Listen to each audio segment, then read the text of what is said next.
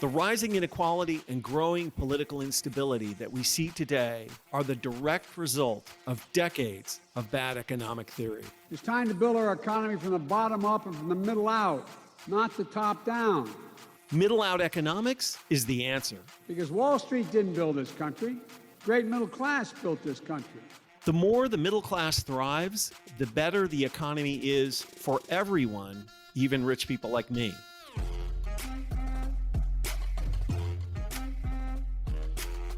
This is Pitchfork Economics with Nick Hanauer, a podcast about how to build the economy from the middle out.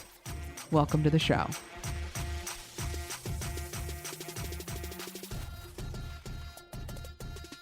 Where are you podcasting from today, Nick? I'm podcasting from London, England.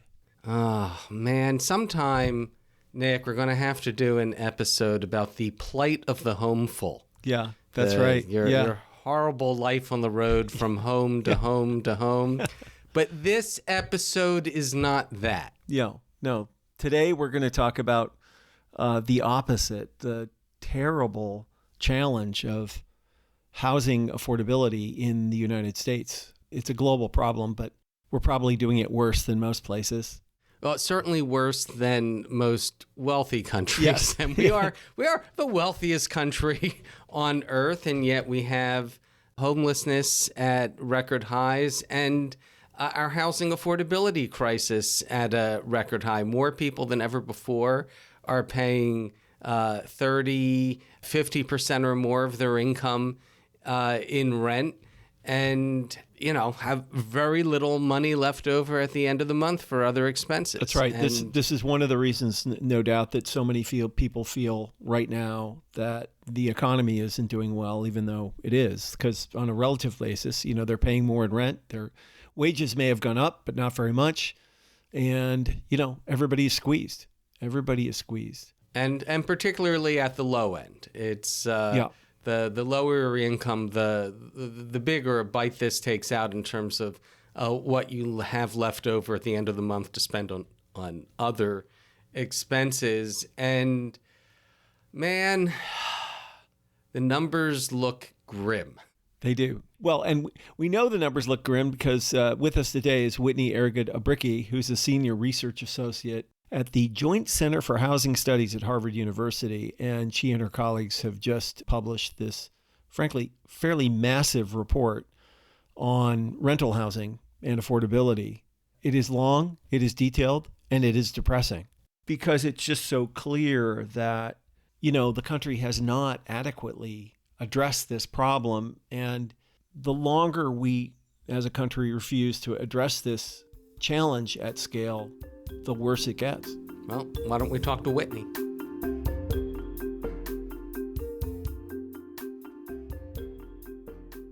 I'm Whitney Airgood-Obrycki. I'm a senior research associate at the Joint Center for Housing Studies of Harvard University.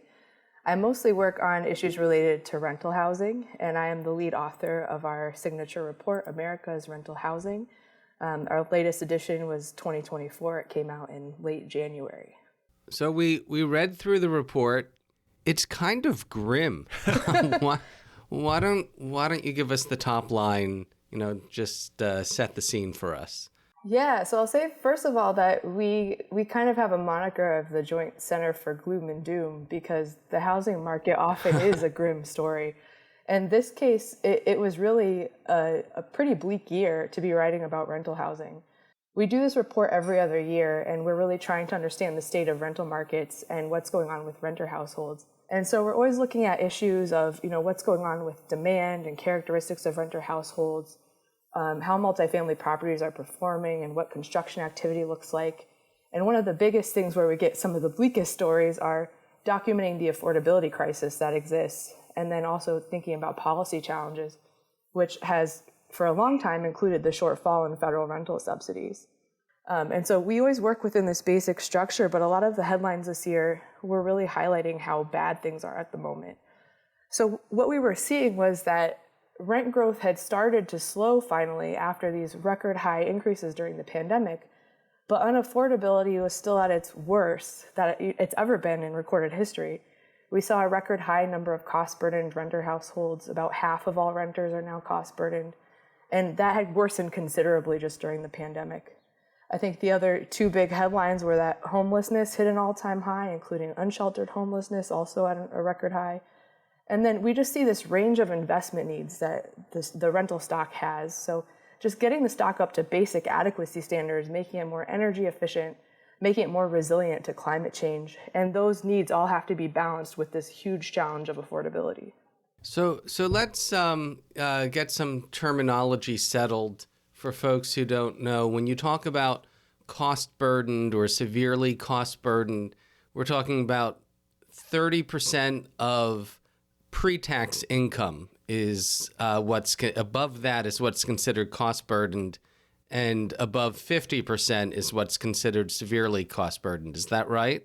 That's correct. Where do those numbers come from? Because honestly, 30% feels high.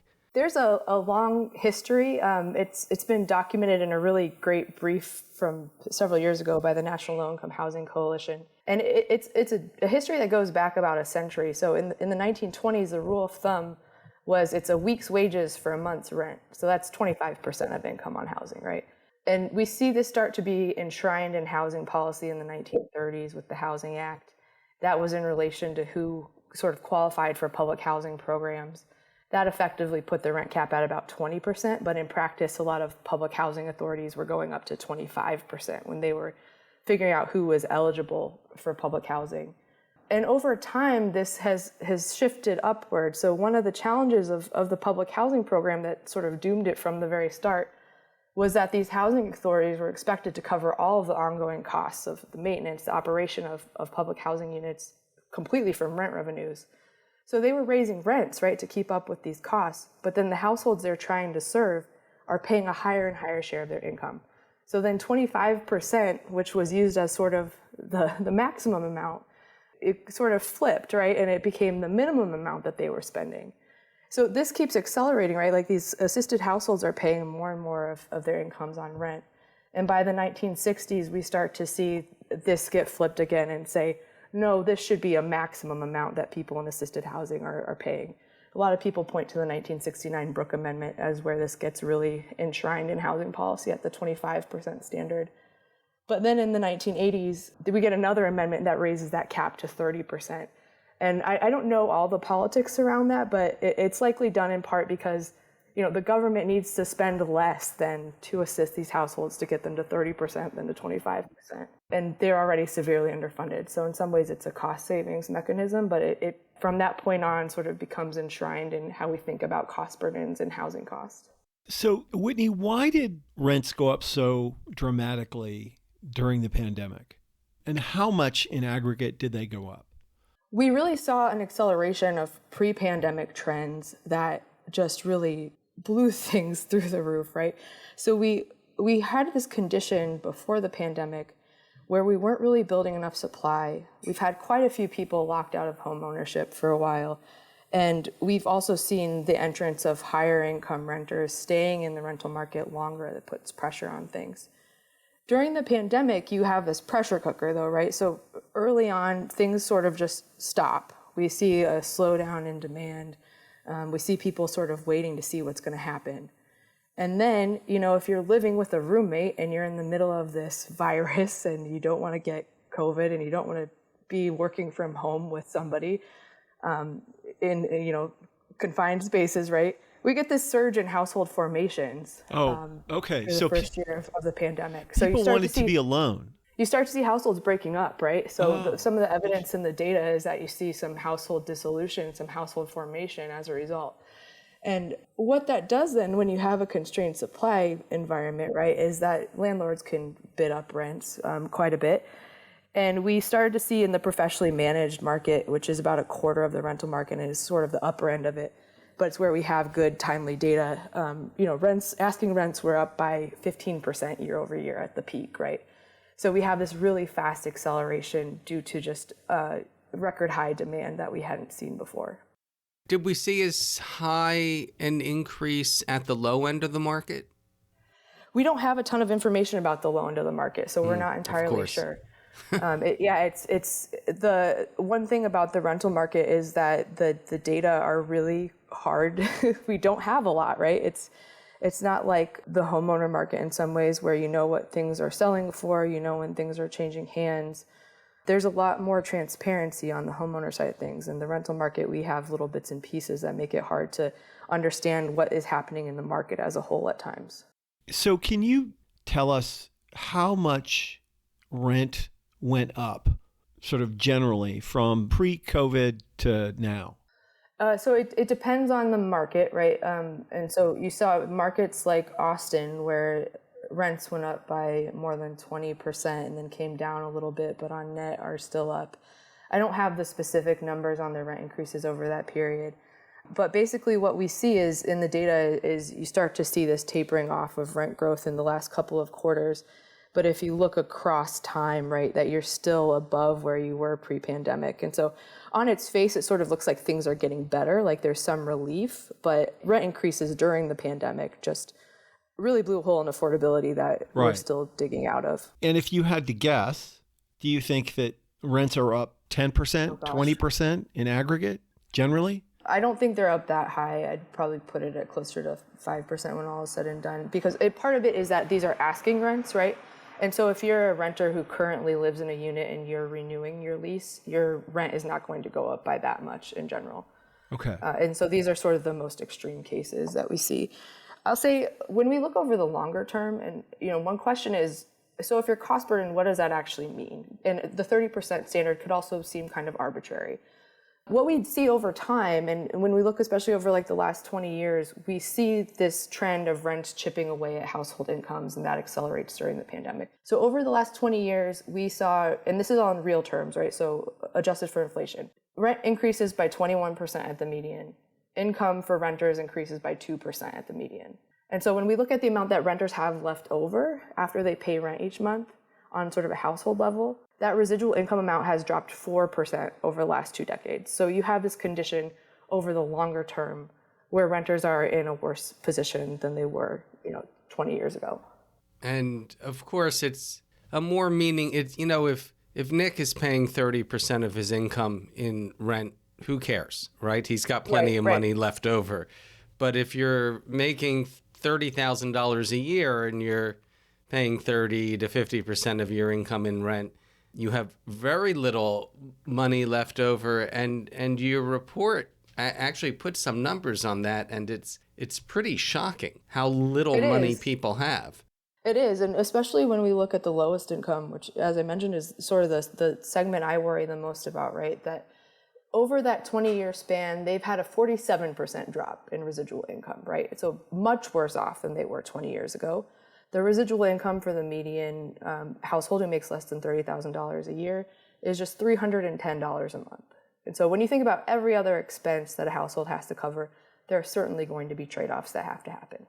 Yeah. So one of the things that your very long and detailed report covers is the geographic nature of this. Can you speak to these findings? Is this happening in just cities, or is it happening in rural areas too? How widespread are these trends? I would say they're extremely widespread, and that's part of, I think, why we're seeing more attention to affordable housing policy in general, seeing more momentum at state and local levels, because this is something that is affecting a broader geography and also a broader income span of people as well. And so when we look, across states, every single state in the country, at least 37% of renters are cost burdened, right? So it's not like there's some magical state that's super affordable. If you look at a place like Louisiana and New Jersey, they have exactly the same cost burden rate at 51%, right? So you have this really big span of geography. In terms of whether this is sort of a city problem, we do see, that larger, more populous metros that tend to have higher rents do have higher cost burden rates, again at about 51%. But if you look at small cities and rural areas, their burden rate is also about 40%. So it's not like the spread is huge, right? And you see kind of a staircase step from the largest cities down to rural areas.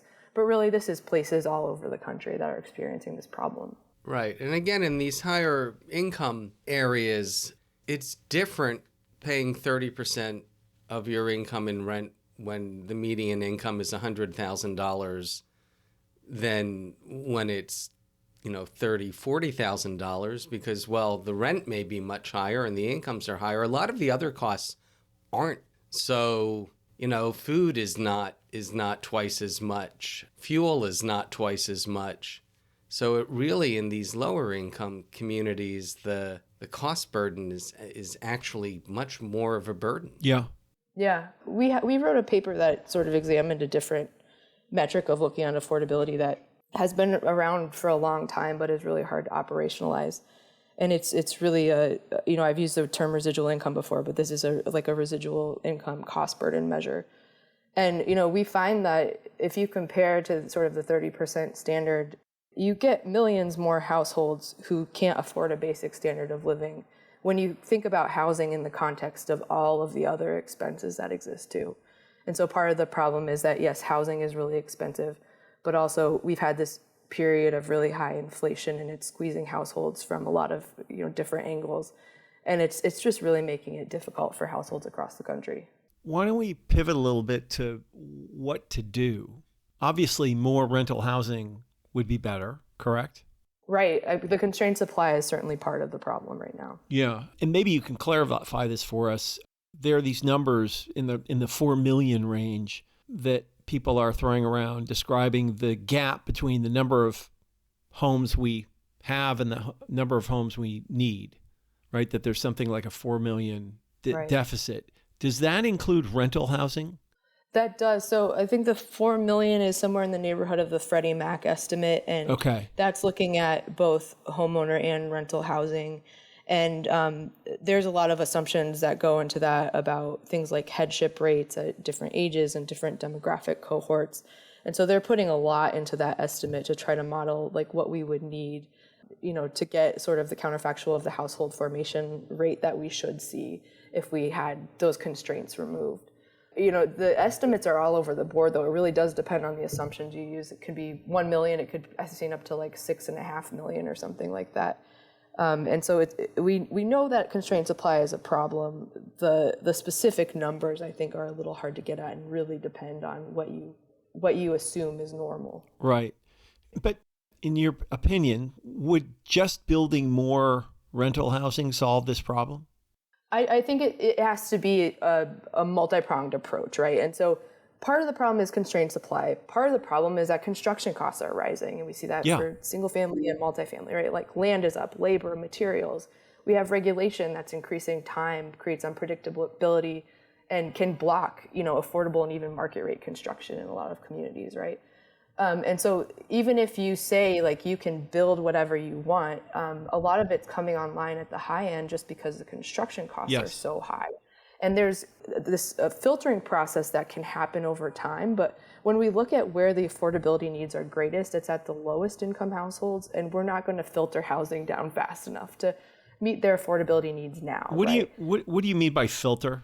Well, you mean allow it to decay to the point where only poor people will live there, Nick?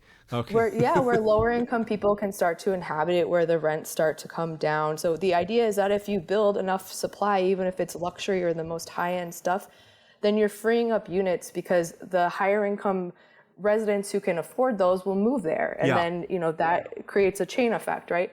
And so there's a huge GMB movement, right? That is like just build and build anything, and we're going to fix a lot by just increasing supply. The reality, though, is that our lowest income households have never been served by the private market, and it's not going to reach them fast enough, right? Well, that was my next question, Whitney. Historically, has unsubsidized housing ever served? Have we ever been able to build new unsubsidized housing that serves low-income households? We've always had affordability challenges at the low end. I did a really long-term analysis of this, looking at the lowest income renters, and their cost burn rates have always been relatively high. What we've seen in the last 10 years or so, though, is that we're losing units at the bottom of the market. So we look at units that rent for less than $600. I live in the Boston area, right? That doesn't seem like a lot, but that's actually about what a quarter of renters can afford is, no more than $600. And we're losing those units over time through upgrading, and this whole stock is shifting into these higher rent categories. And so that's a problem, right? We can't build at that level without subsidy typically.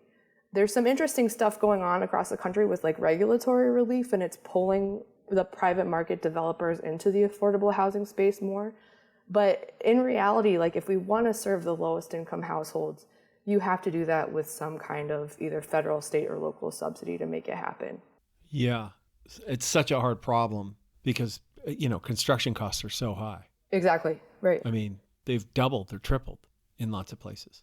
In terms of wealthy, industrialized countries, is the U.S. unique, or are other, European nations, Canada, et cetera, suffering a similar problem?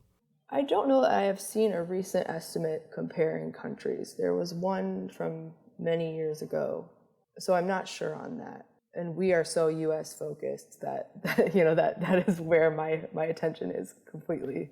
Because homelessness does seem to be, the number of unsheltered and homeless people in the U.S. does seem to be completely out of proportion to other wealthy nations. Our homelessness crisis is terrible right now. We hit about 653,000 people experiencing homelessness. We're at about 256,000 people experiencing unsheltered homelessness. So that's just out on the street, places not intended for human habitation. We had the worst single year increase in homelessness as we saw the pandemic relief measures end, on top of a migrant crisis, on top of the highest rent growth we'd seen in probably ever. So it's all sort of coming together in this really terrible situation where it's getting harder to address the needs of people experiencing homelessness, and it's also harder to stop the inflow of people into homelessness. So there was recently a group of lawsuits were filed by tenants that allege that some landlords are sharing and using sensitive data from real estate software. There's a software provider called RealPage to effectively price fix the market rate of rent. Did you hear about this? Yeah, I've heard about this. Yeah, and apparently the DOJ has taken some interest. What do you think about this? I think it's complicated. Yeah, it's a complicated topic, right? And what I think it speaks to, though, more broadly, is all of these forces that are impacting housing markets in the country right now, and even globally.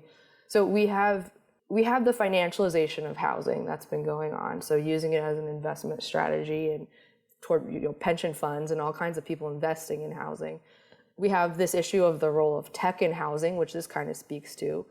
There's a lot of concern, especially in the academic sphere, but also in practice right now, about institutional investors coming in and swooping up single-family homes, as well as short-term rentals, increasing competition and limiting housing options.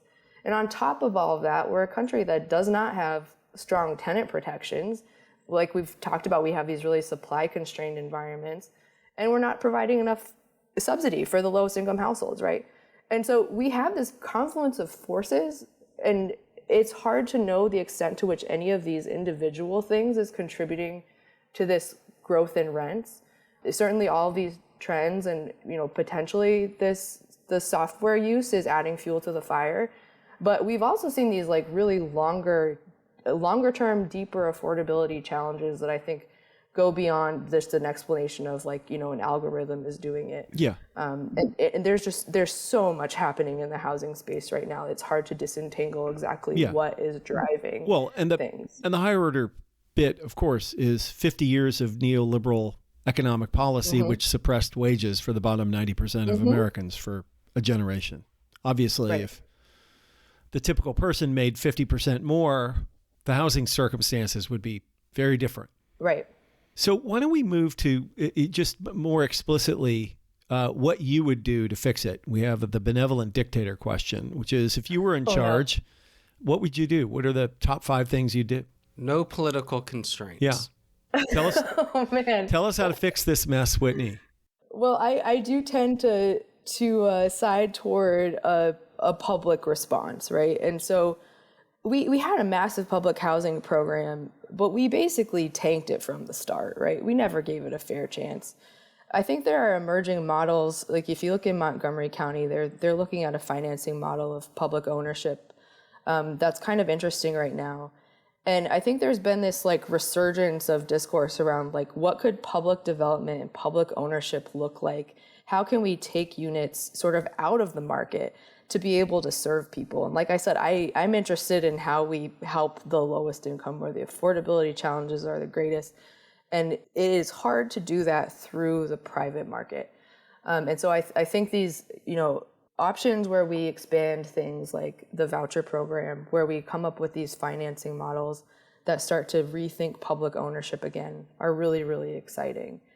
I'll say that, a lot of the policy momentum right now that I think is also needed is around zoning reform and regulatory relief, right? And so it's about saying we can't just have this entire swaths of the city that are only for single family homes. We can't have processes that totally shut down any affordable housing or that create so much requirement around it that it's impossible to build. And so those are really important steps. But again, I think without the way that we think about subsidy and the way that we think about financing models, it's only going to get us so far. And so, housing is interesting because there are some federal policy levers, but a lot of it happens at the state and local level. And I think that's where we're starting to see more experimentation. That's really interesting. So what are the public models that you're most enthused by? There's a growing discussion about how we can do public development again and how we can do public ownership. And so Montgomery County is the big one right now. They're using bond financing. Montgomery County, Maryland, to be Maryland, clear, right, considering exactly. I grew up in Montgomery County, Pennsylvania. They're not doing Wrong this. one. Wrong one. They're looking at a bond financing model. They are an interesting, I think it's called the Housing Opportunities Commission. They are a public owner as well as a housing finance agency, which means they can issue bonds. And they're creating a revolving construction loan fund that's helping to subsidize basically mixed income communities that maintain some kind of public ownership with actually limited subsidy put into it, like from the county. And so it's this interesting model that is starting to be explored in places like Atlanta. I think Chicago is possibly looking at it. And the reason I think it's exciting is that it's something new in a industry and in a space that has not changed much, right? Like we've iterated on our federal policies and we kind of add these programs and then they get layered on top of each other. But this feels like something that's saying, this isn't like we need something new in addition to everything else that we've been doing. And then you have places like Rhode Island exploring, like, could we be a public developer and like really think about this again? I think it's exciting to see that in some ways we're at such a crisis level that people are willing to rethink policy and to say, we have to do something about this and we have to think of every tool we can use. Yeah, we're in agreement with you. We're hoping to spin something like that up here too. We're big fans of what we like to call a public option for housing, Yeah, as opposed to public housing or social housing. yeah, and it won't solve all the problems immediately, but over time, if the public maintains ownership of the housing, you can begin to bend the cost curve on rents. Yeah, if you can start to create some permanent affordability, Yeah, if you can just start to think about housing differently in relation to the market, I think it's yeah, an exciting thing. There's, of course, there are contentious aspects of it, right? Right now, we're seeing a growth in middle-income housing programs, recognizing that middle-income housing cost burdens have really grown over the last 20 years or so. And I think a lot of those same questions come up, like when we do sort of this mixed income development, when we're using public land in some cases, is that the best use of these public goods? But at the same time, we have to do something, right? Right. Well, the advantage is that you can actually afford to build middle-income housing without subsidy. yes, Or with scale. less subsidy. Yeah, Yeah. So it is a scalability. If you're only building to 40% of AMI, that's going to be heavily subsidized, and it's going to limit the amount that you can build. Yeah, and I think it's really about how you balance those priorities and how you make sure that if you are doing something further up the income scale, that you at least get some corollary benefit, for the people who need it most as well. yeah, absolutely. And one final question, Whitney, why do you do this work? Oh, goodness. It can be really depressing from day to day, thinking about all of the housing affordability challenges. One of the things that I love about working at the Joint Center is that we have this incredible platform that reaches policy, it reaches practice, it reaches academia. And we really get to shape some of these conversations and some of the policy. And, in a lot of cases, too, we see our work cited, in like a Treasury press release or in the Economic Council's publications, and it's very exciting to be able to shape such an important conversation. And housing and home is just so fundamental to people's lives and to their well-being that it seems so crucial to everything else. So that's why I keep doing this. That's fantastic. And what's next for you guys? Well, we have the State of the Nation's housing report that we do every single year coming out in June. So we're busy working on that right now. Great. We've got a bunch of great work in process, too. We're working on a paper on middle-income housing programs that should be coming out soon. I'm working on a paper about, rental housing geographies and where things are restricted and renters just don't have options. So that's another project I'm really excited about right now. Awesome. Well, thank you for being with us. Thank you so much. It's been great.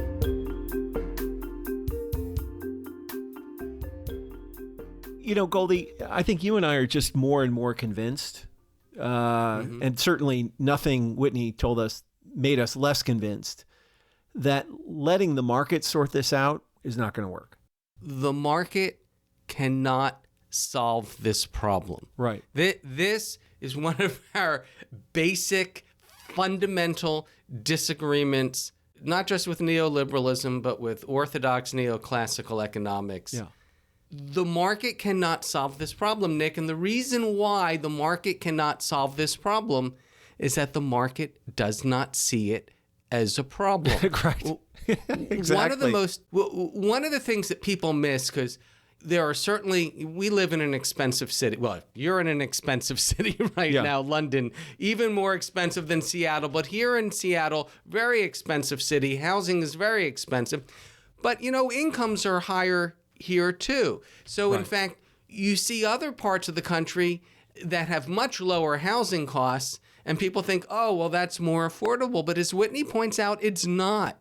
That this problem is broad. It's endemic. You have the same levels of housing burden in New Jersey and Louisiana, two very different states with very different median incomes and very different housing costs, are equally as unaffordable. You have this problem in big cities and in suburbs and in rural areas. And let's get to an orthodox economic term when we talk about the market clearing price, the equilibrium price. The reason why half of Americans are cost burdened, half of Americans are paying over 30% of their income in rent, half of renters, is because the market has determined that that's the equilibrium price, that's what people can pay when they're forced to pay it. Yeah. And no property developer wants to develop property at a minimum profit, right? Right. You're trying to maximize your return on this stuff. So. Right. And nobody wants to be homeless. Nobody wants to be sleeping on somebody's couch or sleeping in their car or sleeping on the street. So we do whatever we can to maintain our shelter when we have it. And if that means paying almost all of your income in housing costs, that's what you're going to do. Yeah. And I think it also speaks, another thing that jumped out, Nick, is, we don't hide it. We're partisans, right? We desperately want Joe Biden to win re-election so that our democracy doesn't collapse into an authoritarian dictatorship. And it is depressing to us that the economy is so strong.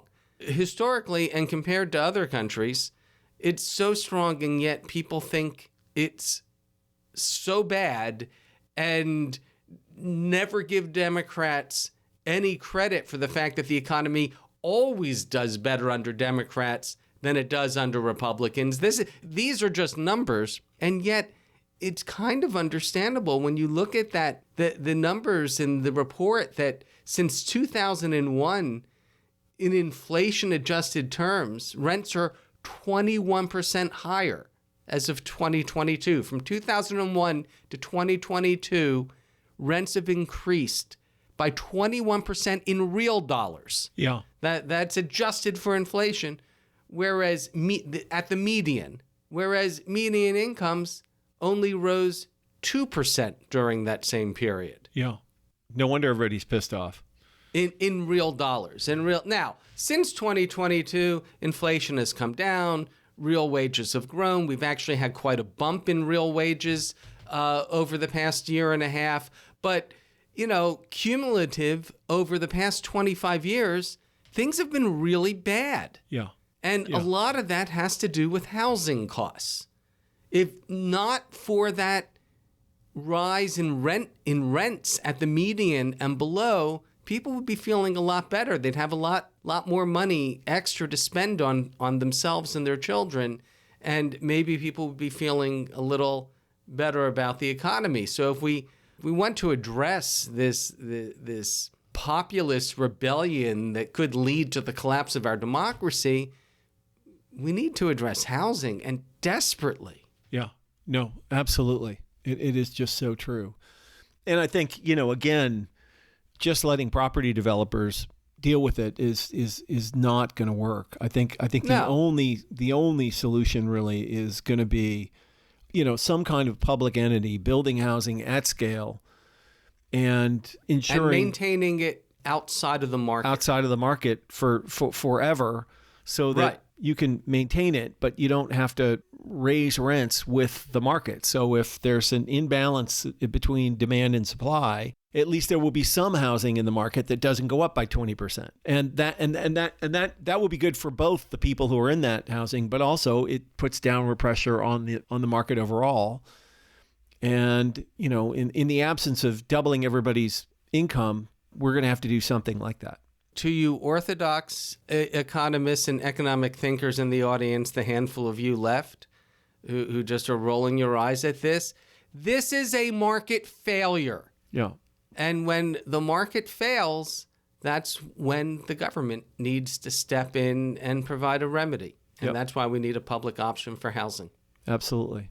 Right. And there's a link in the show notes to America's rental housing report from the Joint Center for Housing Studies at Harvard University.